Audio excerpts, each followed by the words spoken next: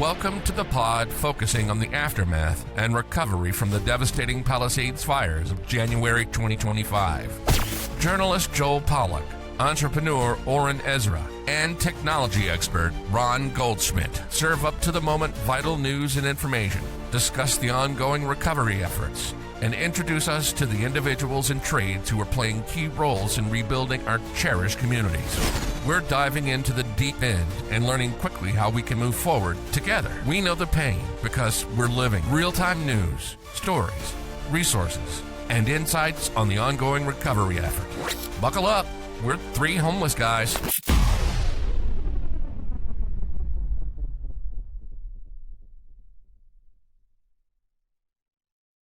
And go. Welcome to Three Homeless Guys, the podcast about the Palisades fire and the rebuilding effort.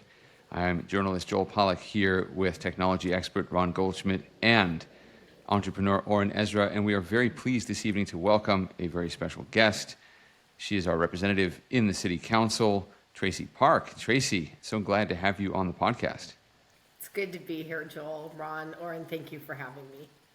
Well, we're going to give you a lengthier introduction in just a moment, but we're going to run through a little bit of news first of all.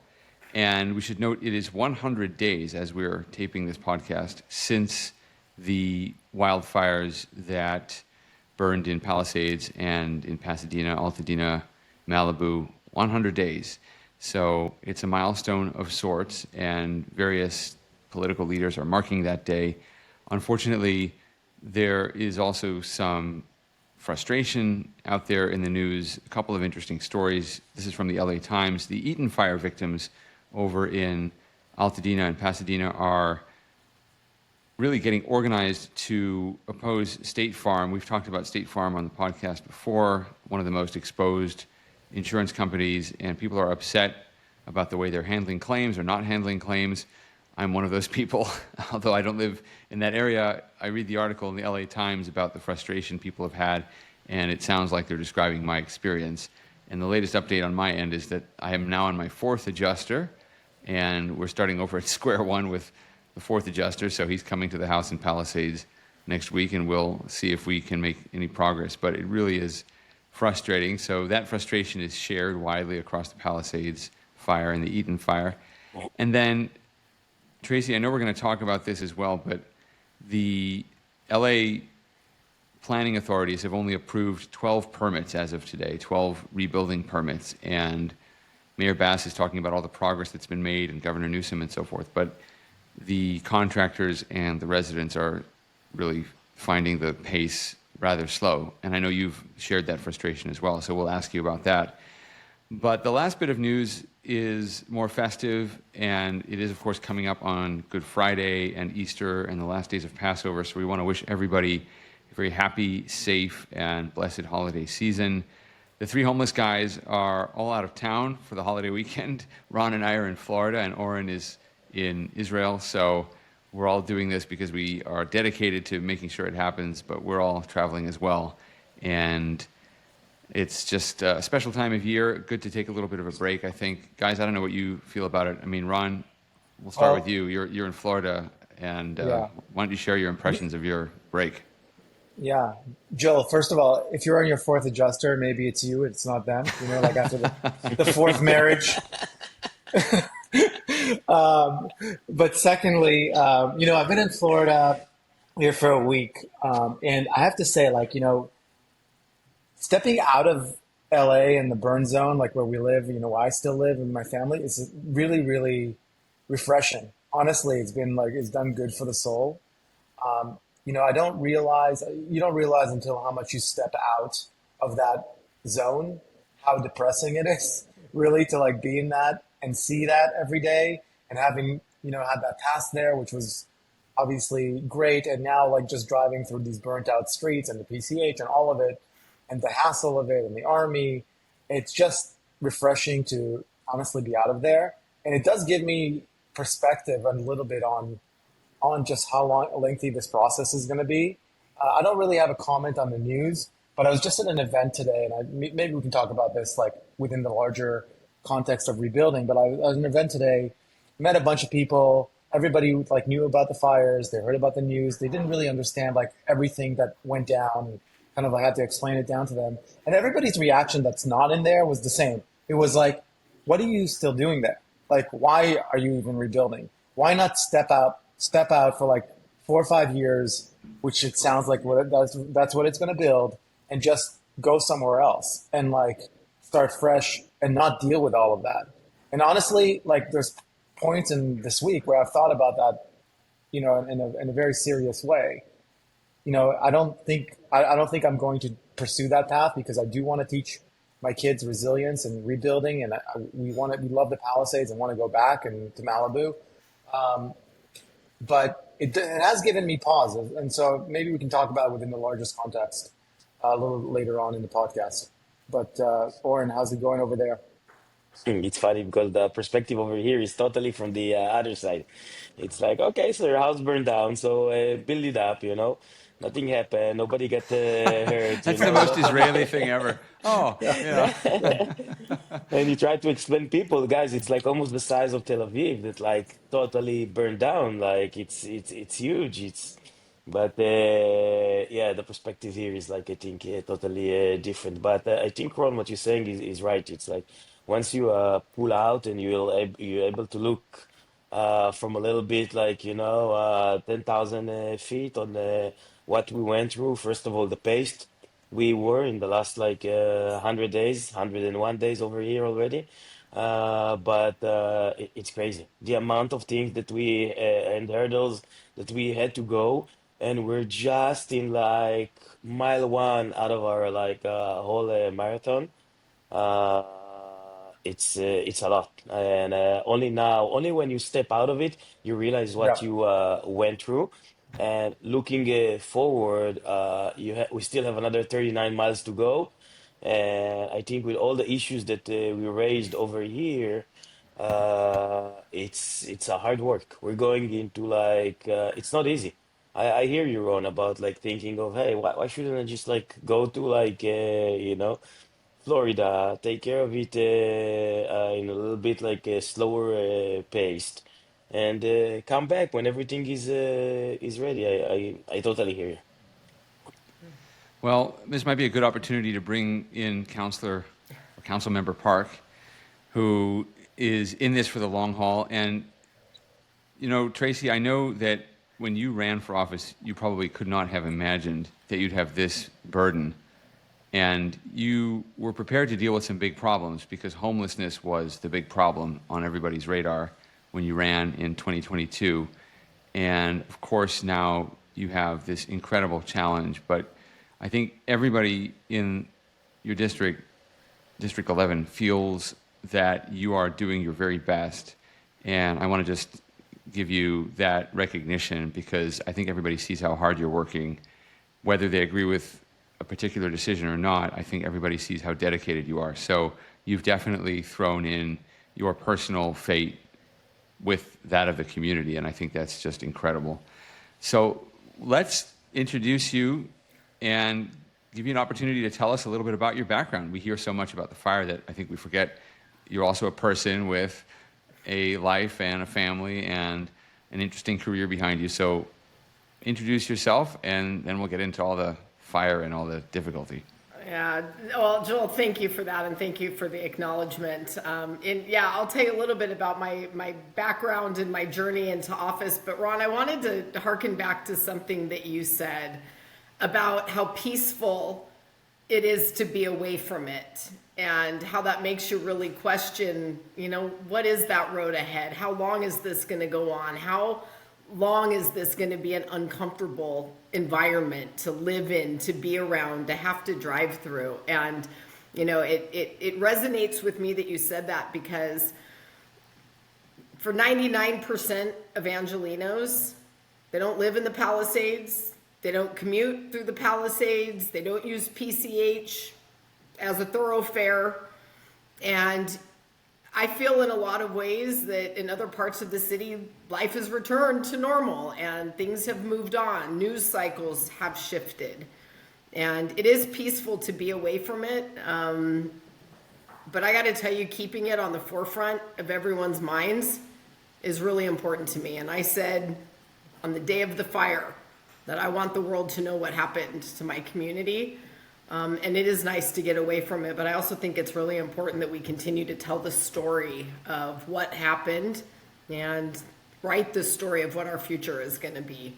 So, Joel, to answer your question, I live in Venice, and I had been an attorney practicing here in Los Angeles for more than 20 years. I was a partner in a law firm, and for a large part of my career, represented cities all over the state of California, primarily on policy development and legal compliance, general municipal liability, a lot of labor relations and personnel related work.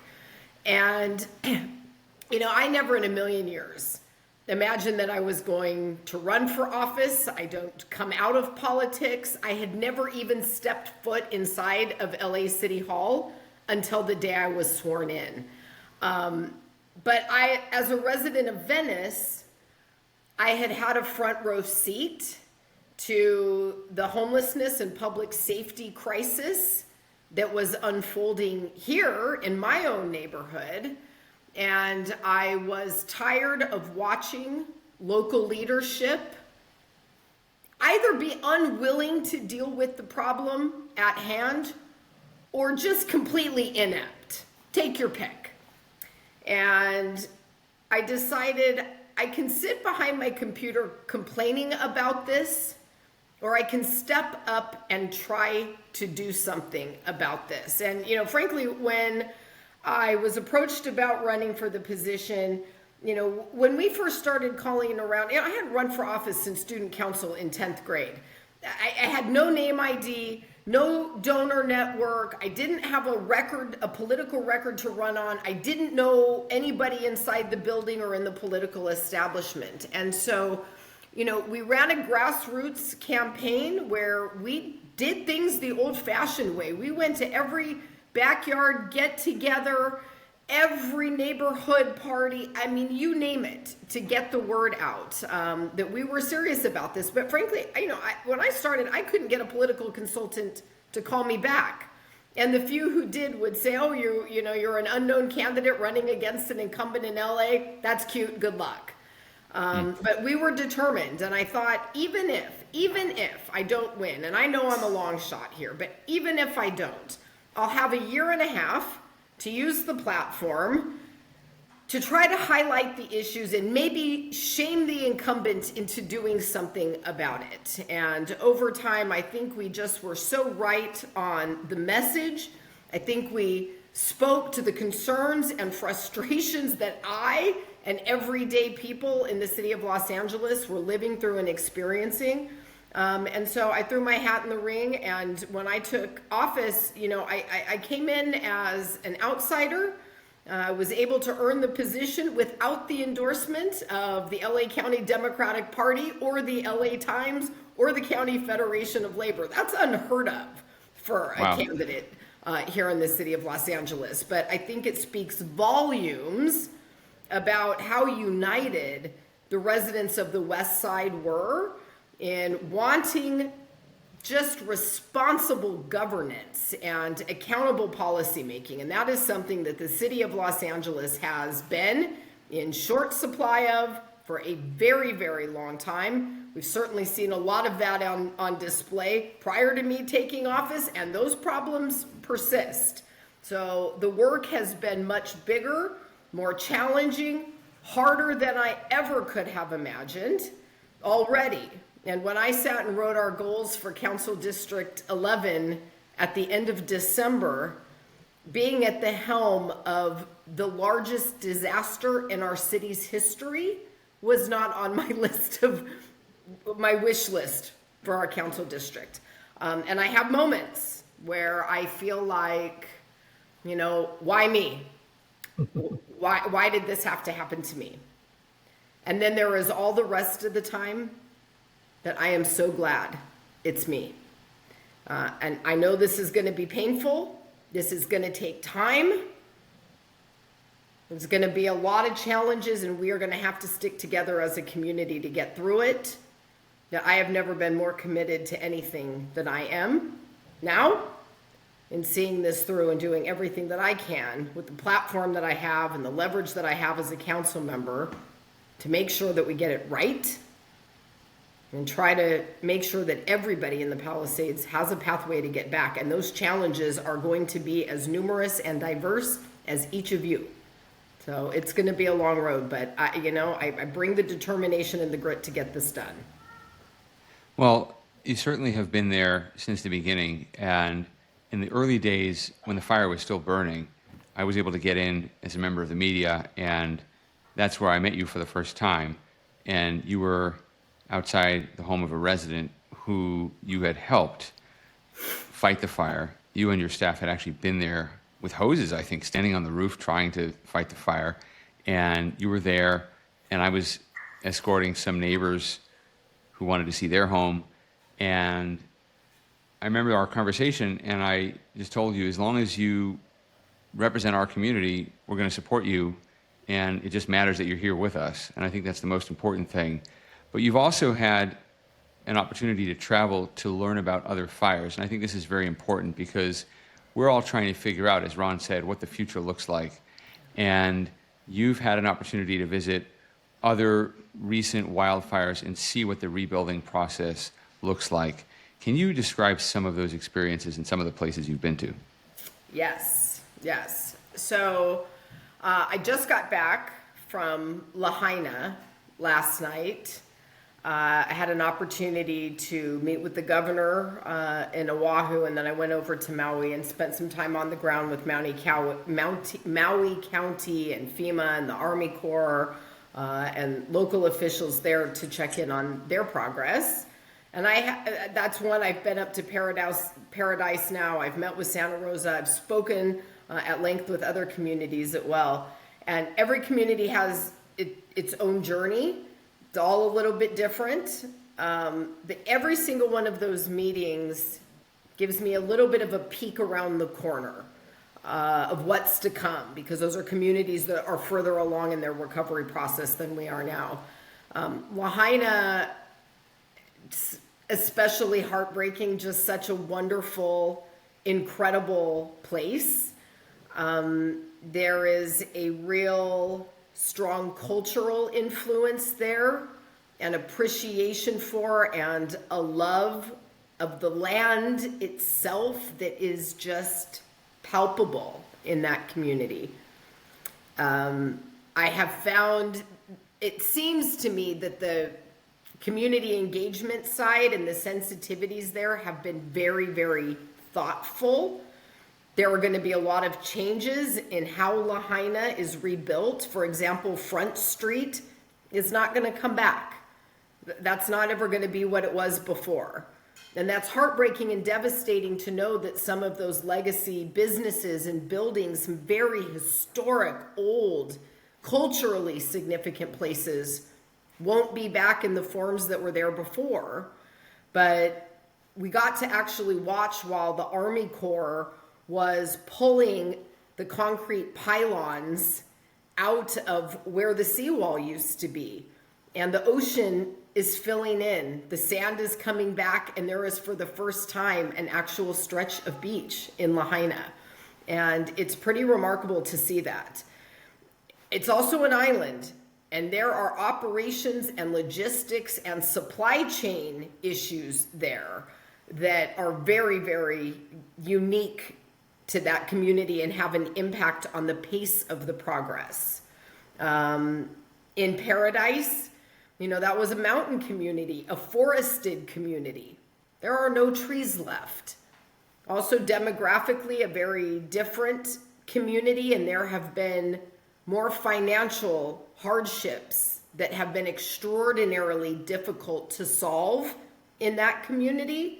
So the pace of rebuilding has been slower, but I think Paradise has really also begun to set the bar in terms of upgrading their utility infrastructure, the undergrounding of their power, their improved evacuation routes and conversations around density and access.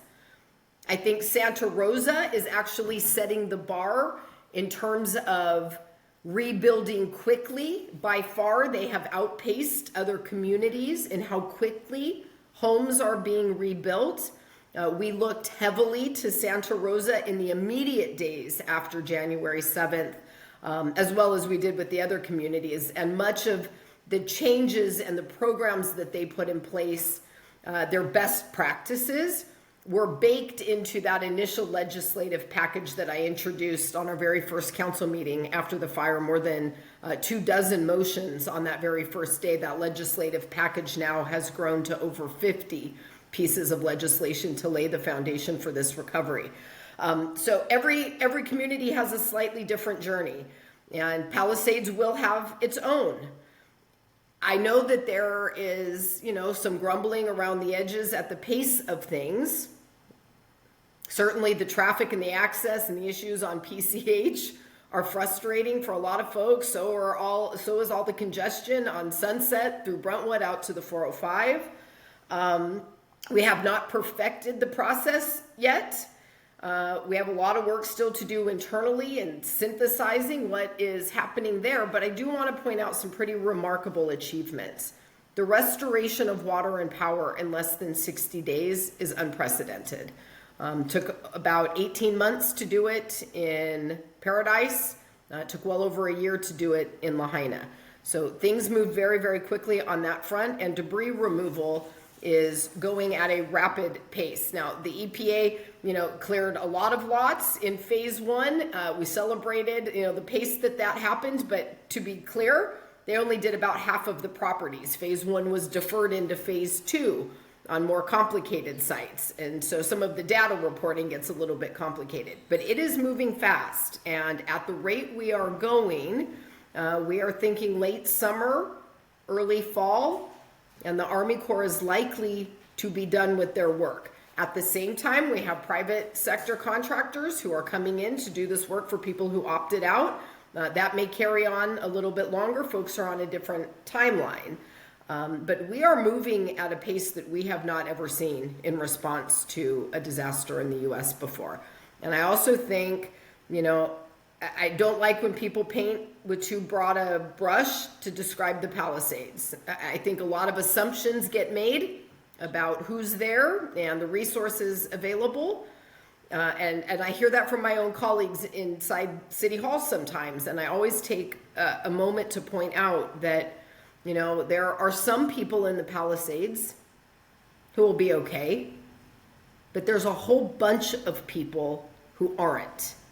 And trying to fill those gaps for folks that were uninsured, underinsured, even people that had good insurance, I think we're going to see a lot of financial pain points in this rebuild. And so a lot of similar challenges that we have seen in other communities, but I think, generally, for people in the Palisades, if government could just get out of your way, you all got this. And I recognize that. And there was a lot of work happening inside the building to try to do that and to bring some smarter solutions, getting AI set up to help with the permit processing, allowing for self-certification. We are deep into the assessments on waiving fees.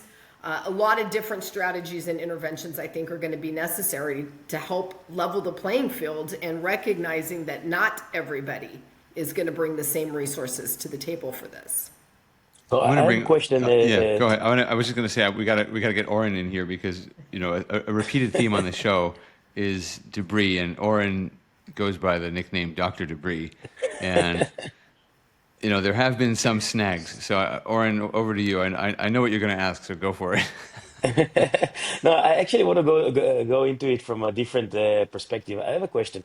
Like, what is the job of the counselor, of you, of Traci, in how to help us removing the red tapes? Because I get the feeling, and we had Lindsay Horvath on the show, and she tried to help us, but I get a feeling that sometimes the red tape is like, so it's taped so hard into like the building, into like the county or the city or whatever it is, that for me, only I'm talking now only about debris, right?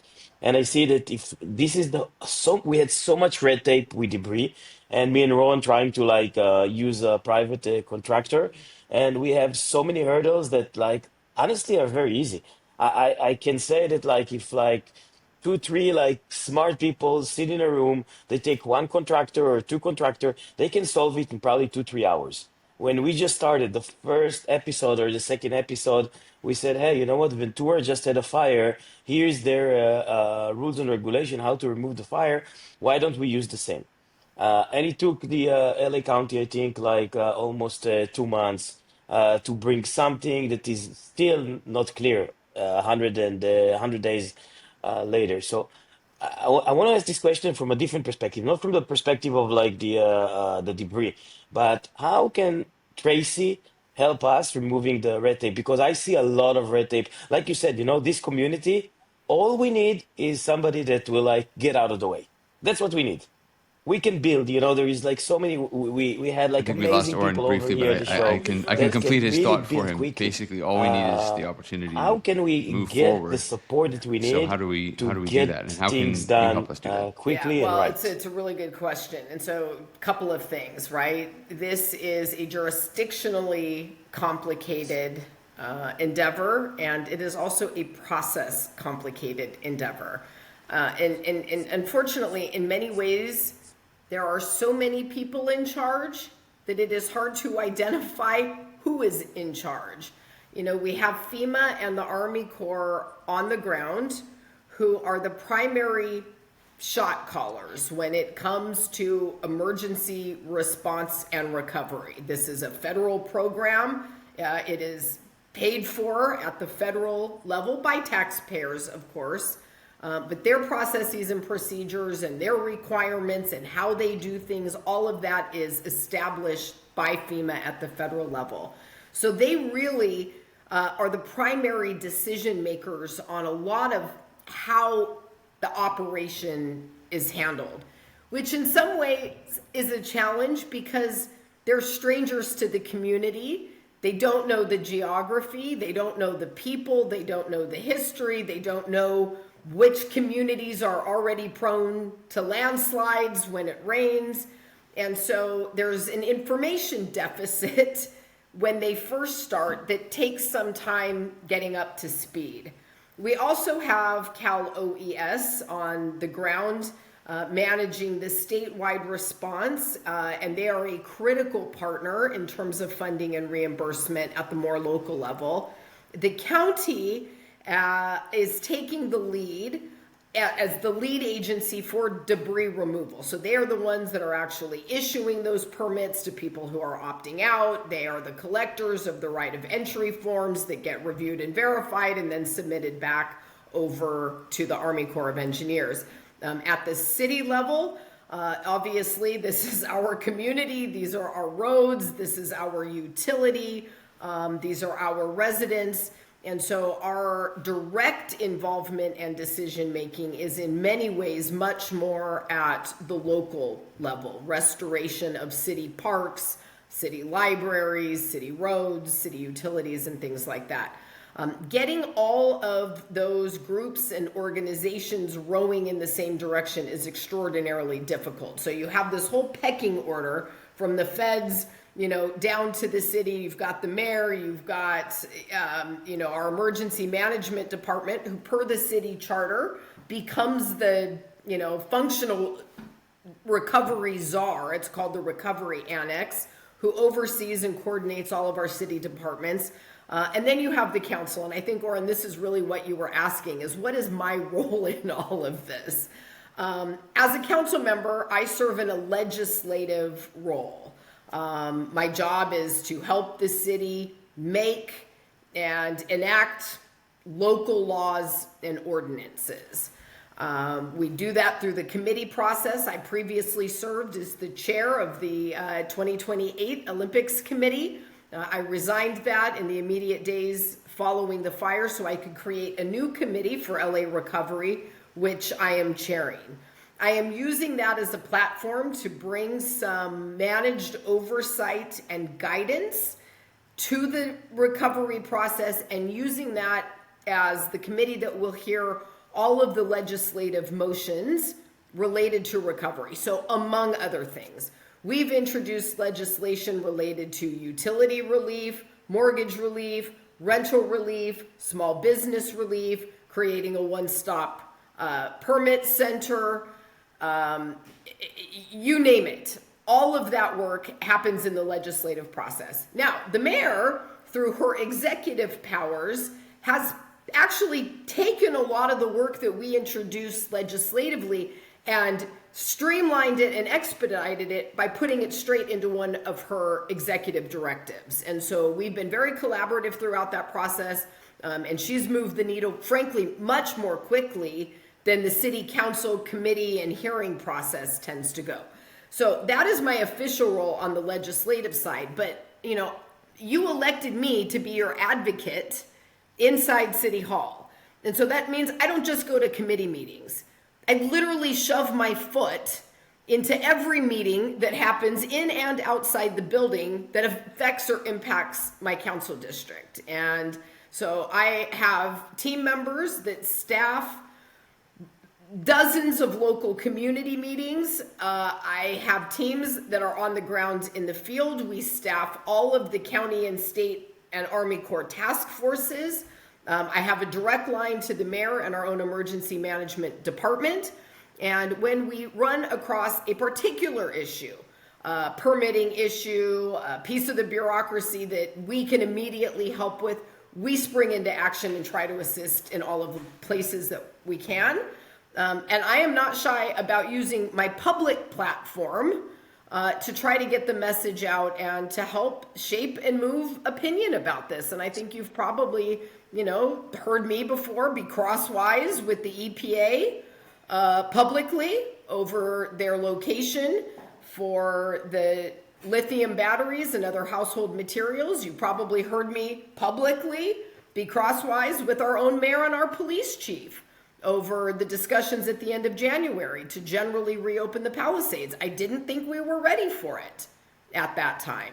Things are different now. It's time to start talking about easing access and making it more efficient because the circumstances have changed. But I use my platform to try to push those changes when we're not getting the kinds of responses that we need. Because at the end of the day, I wasn't elected to make friends. I was elected to make a difference, and I report to you. I don't report to the mayor, and I don't report to the governor. And I am very clear in where my obligations and loyalties lie. And that's with my community, and you all deserve the very best representation that you can get in the city of Los Angeles. So I'm always going to do my best to try to fill in as many of the gaps as I can. But hopefully that gives you sort of a general sense of where I fit in the picture on things. You have so much energy and commitment to this responsibility, and I wish everybody had it. And I don't want to get too political for this one against that one, but Ron and I are both in Florida right now, and I happen to be in a city called Hollywood. It's not Hollywood, California, it's Hollywood, Florida. And I haven't been here in almost 20 years, but I do remember what it was like the last time I was here, and it's improved so much. And I feel there's a momentum here. They have natural disasters too in Florida, but there's a momentum here toward improvement, investment, and I don't feel that in Los Angeles. And I remember when we met each other in the fire zone, I said to you, I had something to tell you about the sidewalk or the need for a sidewalk on Sunset Boulevard. It doesn't matter right now because everything's burning, but at some point when we rebuild this place, we have to make the sidewalk pleasant and safe to walk on because cars are spinning out on that bend by the lake shrine, and it's a hazard to pedestrians. There's nowhere for pedestrians to walk. And in a city as wealthy and beautiful as Los Angeles, I feel like there really are no excuses for not having nice sidewalks, safe places to walk. I feel here that the circumstances could be very different, but I feel there's an investment going on into public infrastructure that I simply don't see in Los Angeles. That could be for a variety of reasons. We have an opportunity now in the Pacific Palisades to do that, but I just don't know that everybody has your level of commitment. And I wonder if it's possible to get people on board with making our city as great as it can be. I just haven't seen it from many of our leaders.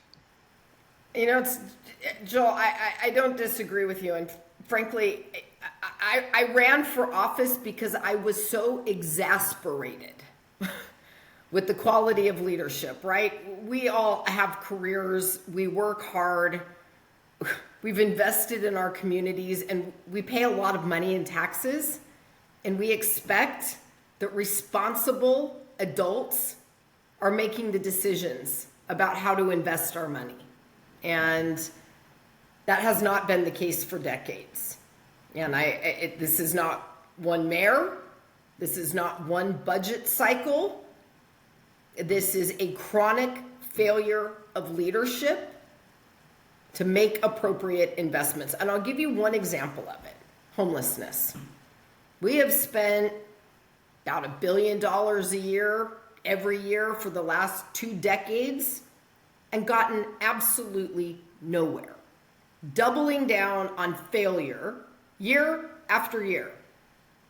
And nobody has the political courage to stand up and take on the system. And I decided I was going to do that. And boy, do a lot of arrows come with it. The institution doesn't like change.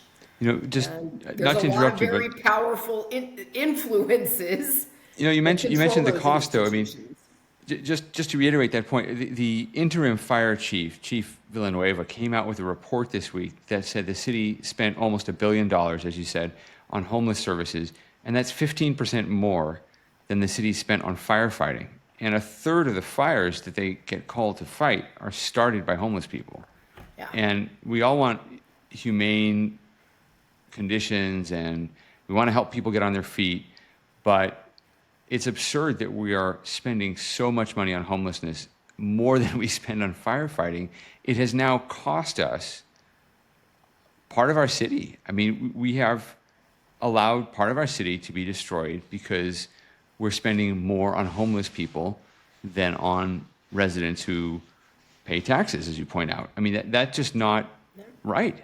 Yeah, it's absurd. And the city's budget has not been right-sized to align with the priorities that matter most. We all want to have responsible, compassionate solutions to homelessness, but leaving mental patients and drug addicts, and in some cases criminals, and mentally unstable, dangerous people just free to roam our streets isn't a smart policy solution. Joel, when you look at that report from Chief Villanueva, you are hearing about the fires and the demands that is putting on the department. That doesn't include all the overdoses. It doesn't include all the medical calls. It is a tip of the iceberg in terms of how the fire department is being impacted by homelessness. But think for a minute about how it impacts the police department, the libraries, our rec centers. Virtually every single public agency has money going into homelessness. That is the biggest suck in the city. And, you know, I think something that is frustrating to me is the decades of lack of investing in safe infrastructure. And the Palisades is a really perfect example of this. You guys had about 100 homes in 1925.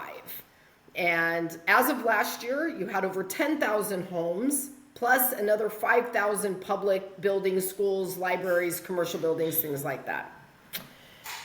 You got your first fire station in 1963. You got your second one, your favorite station, 69's on Sunset, in 1967.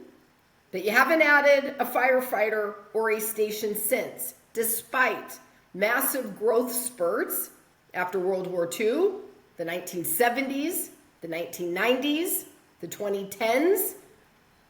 We started pushing way far out into the urban-wild interface. We added all that density, all that traffic, all that risk, all that strain on our electrical grid, our sewer systems, our pipes, our roads, our fire department, our police department, our schools. And we've never made the concurrent investment in the infrastructure that was necessary to support it.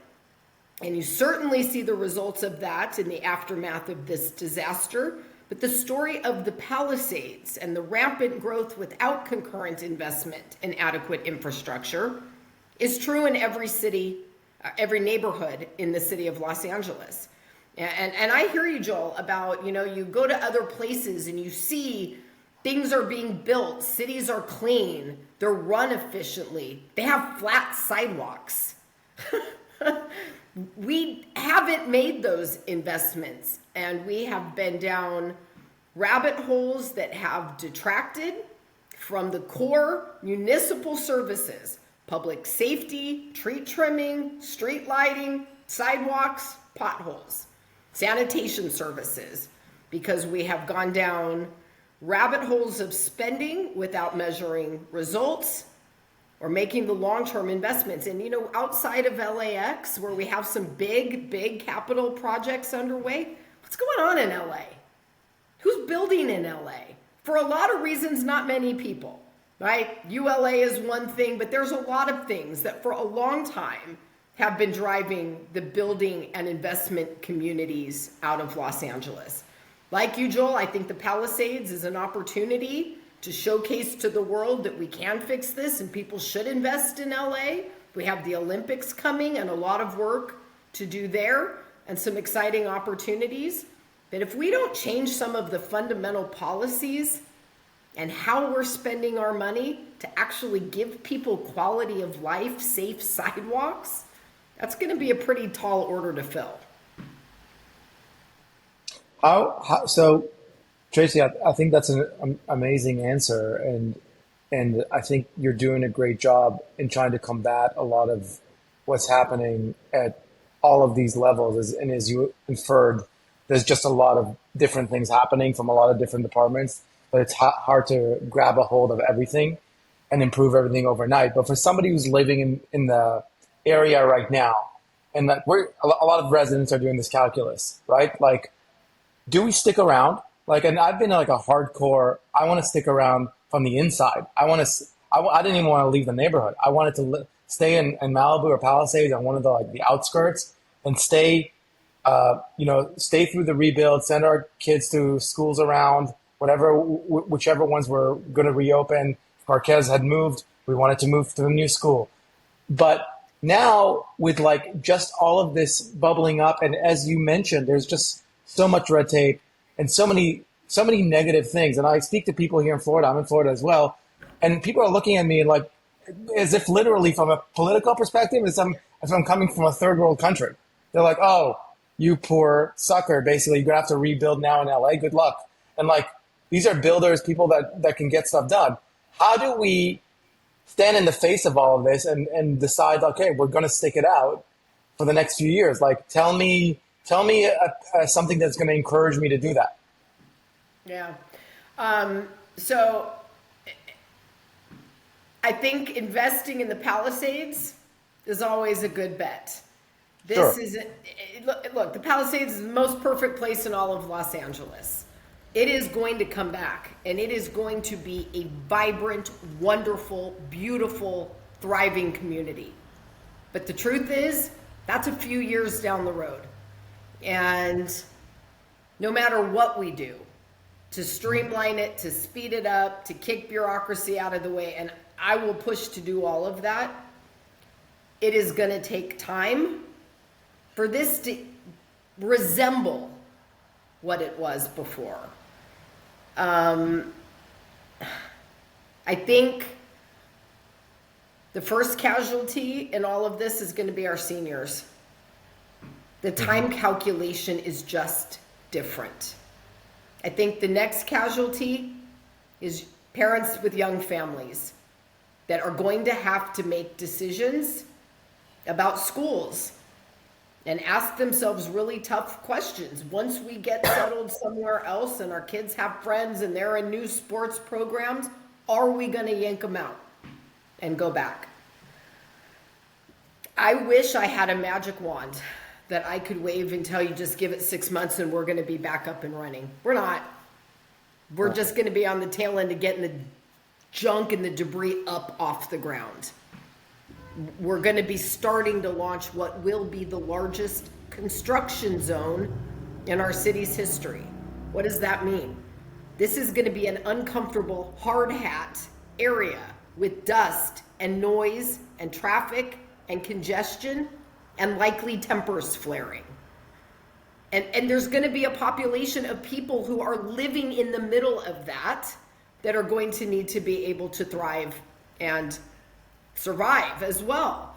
So how do we get the community back? We have to identify immediately what are the essential assets that a community needs to be intact. Schools, some public spaces, recreation places, your public amenities, and you need to have enough retail and restaurants to be able to live in. So as we think about prioritizing what needs to come back, and there's a lot of people that have different opinions about how to do this.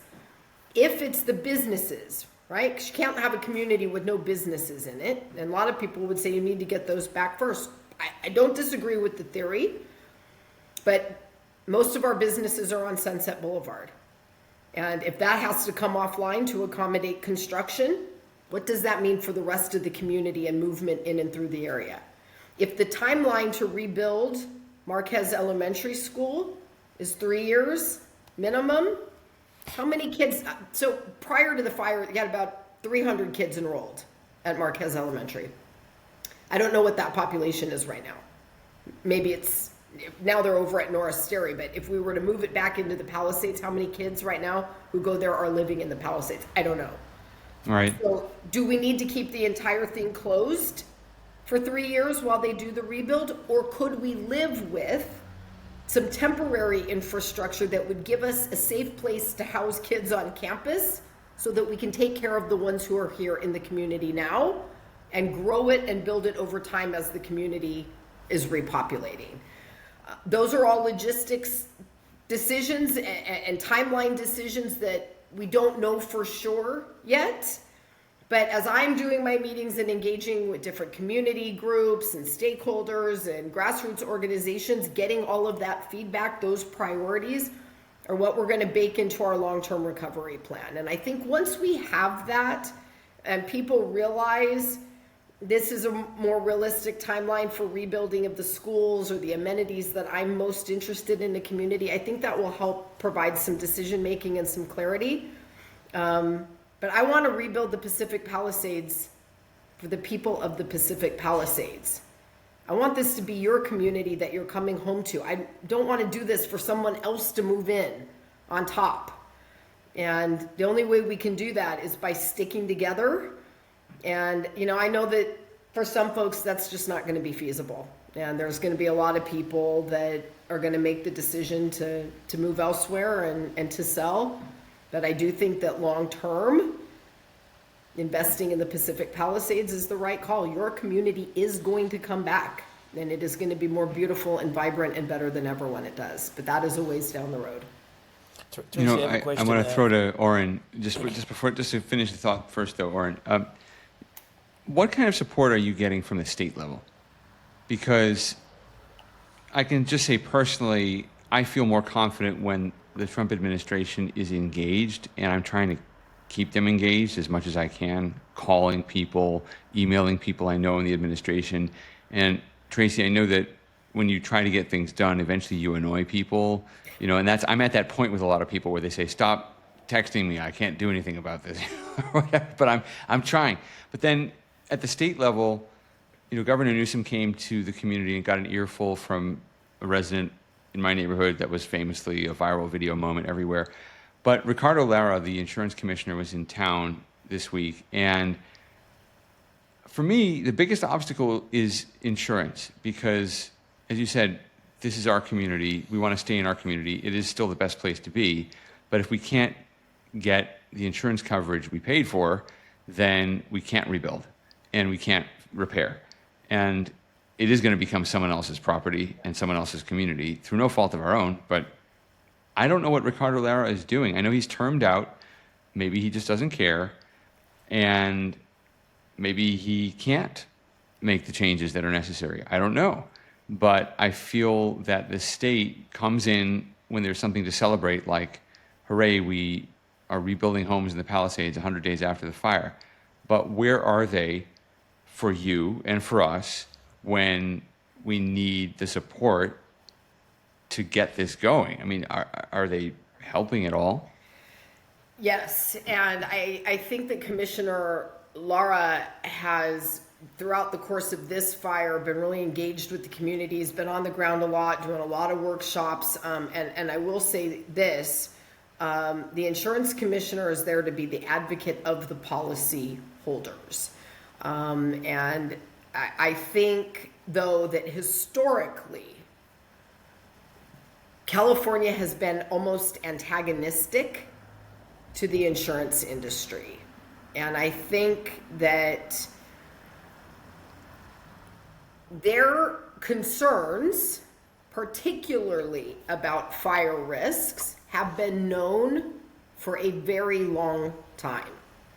And they do a lot of actuarial analysis on the risk. They do a lot of physical inspection of areas to make these conclusions. And for example, when it comes to wildland brush management, that is a risk factor in and around many of our high fire severity zones. And that is something that, they've been very, very vocal about. And so as we are thinking about rebuilding in the Palisades, evaluating what it will take to incent our insurance companies back into a competitive marketplace is a better strategy for dealing with them than using a cudgel and, setting rules and policies that just are not in alignment with the level of risk that these insurance companies are taking on. And let me be clear, not making excuses for any of them or for bad treatment or, Joel, for you getting the runaround in your process. I'm going to let Oren jump in just a second. That's something that needs to be fixed. And we've been through this enough times now to know what needs to be done to fix it. Well, I want to let Oren in a second, but I just have to make the comment that maybe he's been on the ground, but your spokesman said something very interesting, which is that when you went to Lahaina, you did that on your own steam, on your own dime, on your own time. I mean, you are putting in the effort. And Ricardo Lara was in Bermuda when there was a hearing on the insurance companies in the state legislature. And again, I'm not trying to make this more political than it needs to be, but there's too much discussion about the rate setting, which I know is important, and obviously everything you're talking about is very important to getting future insurance in the Palisades, which is essential to rebuilding. But what we're discovering is that simply getting the companies to comply with the contract they signed with the customers, never mind the price, but the actual coverage, has been such a challenge. And I am inclined toward the free market side of things rather than the cudgel. But right now, I've got a bag full of cudgels that I want to use because I feel that nobody is advocating, except this group, I guess, that we mentioned earlier that started in the Eaton fire. The community has to come together on its own to do it because nobody is standing up for us to actually get these companies to do what they committed to doing. And that's what I'd like to see him do. I mean, I'm perfectly willing to sing his praises to the skies if we feel he's advocating for us, but I just don't feel it the way I feel it with you. So.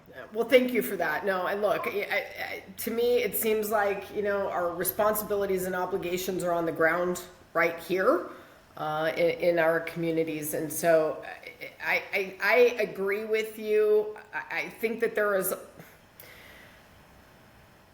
some more thoughtful approaches that we could be implementing, and we need to look at these issues on a data-driven basis, and we need to be able to work with the insurers. I don't know that this administration is going to be able to wholly tackle that crisis. I mean, look, State Farm just last summer dropped more than 1,500 policyholders in the Palisades. Yeah. There were people who didn't even know they had been dropped, who found out after January 7th about it. So a lot of work and reform that needs to do there. And, I'll point out, we are headed into an election season next year, and elections do have consequences. And people need to know who they're voting for and what the issues are. So I have a question. Thank you for the hard truth. Not a lot of people come on and say the hard truth. A lot of people came and it will be great and prices will rise, and in 2 years we're all sitting and singing Kumbaya together after we rebuild everything. And I think it's very important what you're saying. So people will know that it will take a few years to go back. My question is more for what we call the lucky people, the people that didn't lose their house, like Joel, like some of my friends, like Joseph, our friend that was on the podcast. What can the city do to help them? Like somebody like Joel, after he fixes his house, that's it. He's out on his own. He cannot go back and live when they're rebuilding 8,000 houses next to him. What can the city do? Can the city even do something for those people? Yeah. So, Joel, and this ties back to something I was going to say in response to your question before that I didn't. The power of individuals collectively has a lot of weight behind it. And I haven't dived into what and how they're strategizing around that in Altadena. But we're certainly here to spearhead efforts. We are here to lobby and advocate, but really, truly, the community coming together has a lot of punch to it. So, Oren, I think one of the concerns that you've alluded to is something that I am troubled by. And, for folks that have homes standing, depending on where it is, the conditions are going to be a lot different. Some folks up in the Highland are tucked away enough that they may or may not be as badly impacted. If you're the one standing house in the alphabet streets, that's a whole different kettle of fish. Now that utilities have been restored, I suspect that we're going to see more and more insurance companies winding down their interim housing relief benefits. And we're going to see more and more folks with no choice, really, but to come back. So what can we do to fill that gap? I think the city is already looking down $1 billion deficit.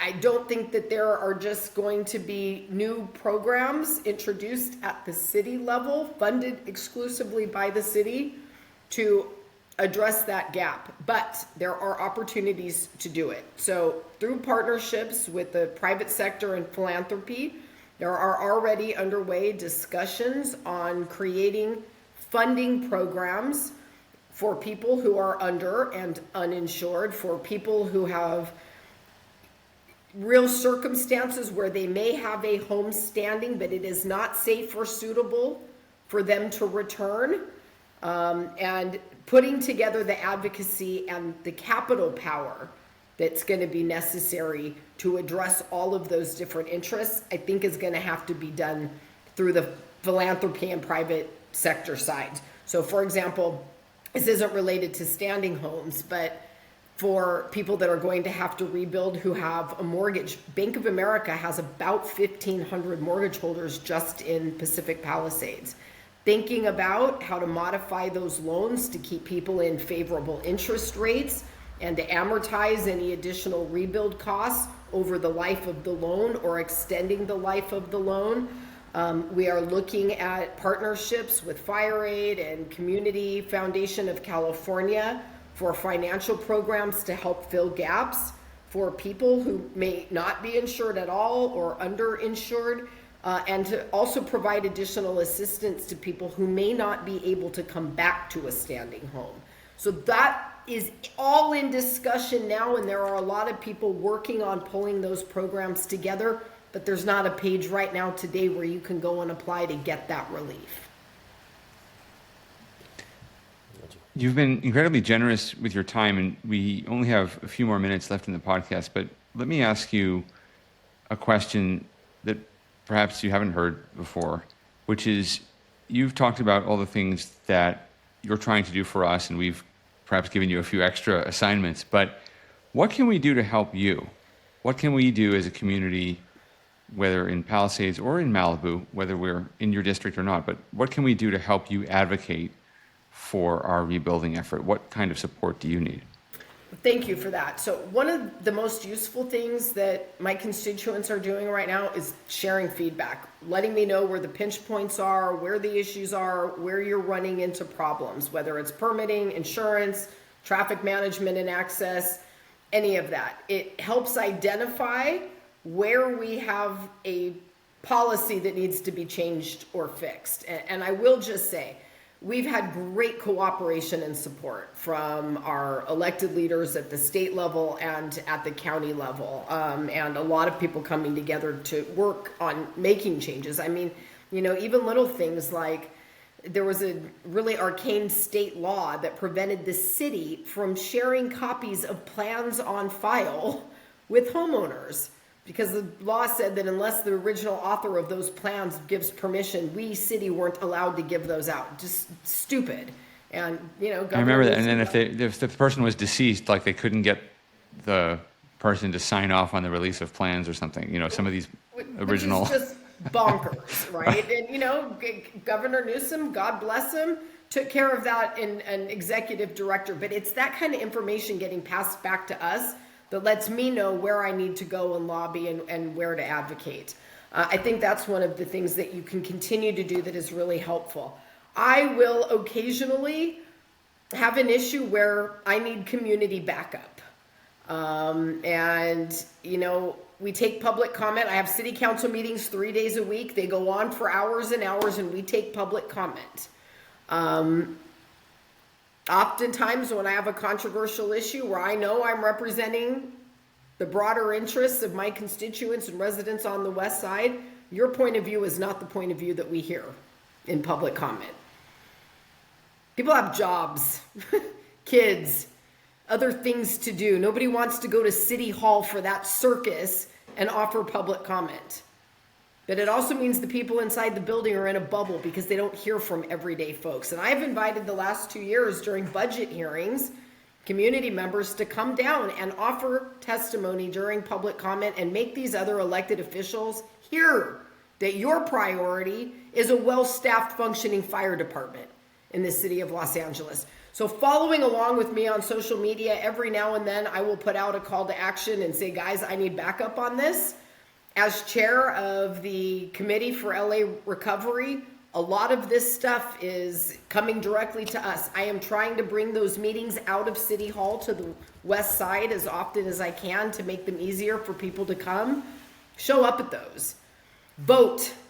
I know for a lot of folks that are displaced out of the Palisades, if you have forwarded your mail via the post office or tried to update your address with the DMV, you are going to get a notice in the mail from the county registrar asking you to update your voter registration. I don't care who you vote for. But if anybody deserves a say in what happens next in the Pacific Palisades, it's you guys.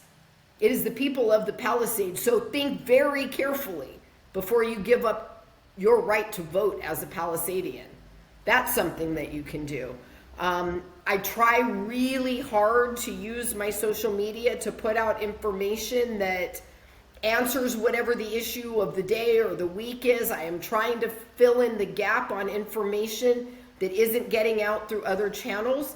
But my reach isn't that big. I only have, 10,000 followers on Instagram. 25% of those are even looking at what I put out. Help me get the word out so that folks are informed and they know what the official information is that we're putting out. That really helps too, with extending the reach on what I'm trying to do. But those are some things off the top of my head. Stay engaged, stay close to me, and let me know what is going on the ground, and let me try to help if I can. Ron, do you want to jump in before we start closing out? No, thank you. Thank you for your time. I think it's a ray of light to have, somebody who's speaking for us. I think we'll continue to ask tough questions. We appreciate some of the, tough truths that you've given us today. And and we are looking forward to the next few years. We'll be here. We'll keep on being the three homeless being the three homeless guys. Yeah. Oren, you're, of course, overseas for the holiday. You had something interesting happen during the taping just now. I was wondering if that might offer us a sense of perspective. Yeah, do you want to fill us in? Probably into halfway to the podcast, siren started, and it's 6 a.m. over here. I had to run, grab my little daughter, wake up my wife, wake up my son, and we had to run down to the shelter. Running down 3 floors, everybody is half asleep without shoes or anything. You have to stay over there for like 10-15 minutes in the shelter, waiting to hear the boom. After everybody is very like, everybody know what to do. You hear the boom, and from the moment that you hear the boom, you have to wait for 10 minutes, and then you can go up. So sorry, Tracy, I missed like probably like 10 or 15 minutes from the podcast. But like you said, Joel, it's giving you a perspective, and I think that's the difference, Ron, between like the perspective that you see right now. That's exactly how we started. The perspective from what you see in Florida and what I see over here. So, in terms of what I see over here, especially after what people have gone through over here in October 7th, they're like, okay, so your house burned down, just like build it. And I think we can finish with this message. Let's just build it. It shouldn't be that complicated. There is a lot of people that want to help us remove the debris. A lot of people that want to help us build our houses. I think honestly, Tracy, if you could help us, a lot of people that are coming on the podcast, removing the red tape. The Palisades, I think the Palisades community is one of the strongest community there is.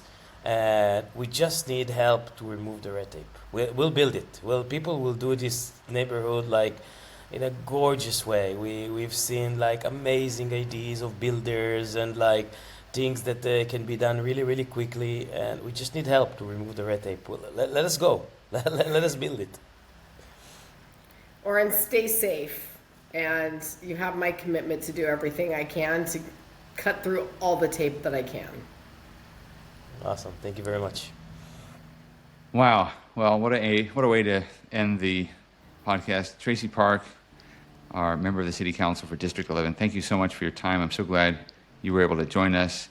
And we want to wish you and everybody else a safe travel season and a very happy Passover, blessed Easter, meaningful Good Friday, all of that. And we look forward to being back in LA, if not quite back in the Palisades just yet, but we look forward to staying in touch with you, Traci, and thanks again for everything you're doing for us. You're welcome, guys. We'll see you soon. Thank you. All right, that's it for... Thanks for listening to Three Homeless Guys. If this episode hit home, please subscribe to our channel. Check out threehomelessguys.com for RSS feeds to your favorite streaming service. Follow us on social and share this with a friend who needs to hear it. Drop us a review or shoot us a message at pod@threehomelessguys.com. We'd love to hear from you. Stay strong, and we'll catch you next time.